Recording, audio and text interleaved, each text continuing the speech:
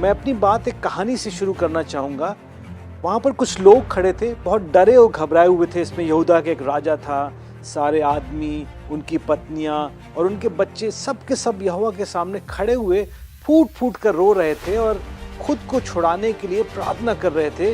ये कहानी बाइबल की किताब दूसरा इतिहास में पाई जाती है।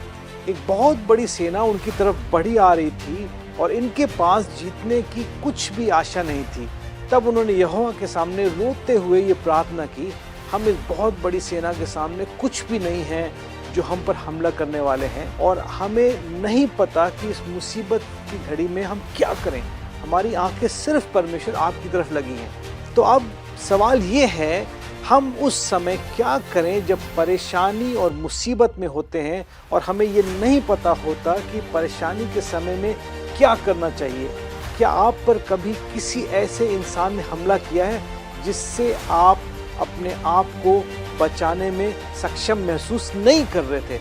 ऐसे समय में इंसान का घबरा जाना बहुत आम सी बात है। लेकिन परमेश्वर की आत्मा ने उनसे कहा, तुम इस बड़ी भीड़ से मत डरो, तुम्हारा मन कच्चा ना हो, क्योंकि युद्ध तुम्हारा नहीं है, परमेश्वर का है।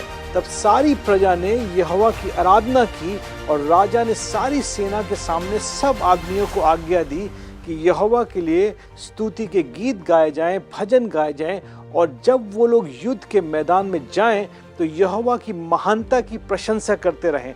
और जब उन्होंने यहोवा के लिए गीत गाए और उसकी तारीफ की, तब यहोवा ने उनके दुश्मनों पर घात लगाकर हमला किया और दुश्मन हार गए। आत्मिक साहस तब आता है जब हम अपनी आंखें परमेश्वर पर लगाते हैं और अपने मुंह से उसके कभी ना मिटने वाले प्रेम की स्तुति करते हैं। आप और मैं भी इसका अनुभव कर सकते हैं। मुसीबत, परेशानी, घबराहट में अपनी आंखें सिर्फ परमेश्वर पर लगाएं और आज ही उसकी स्तुति करें और इस बात का चुनाव करें कि मुश्किल में मैं परमेश्वर की स्तुति करूंगा, उसकी तरफ आंखें लगाऊंगा।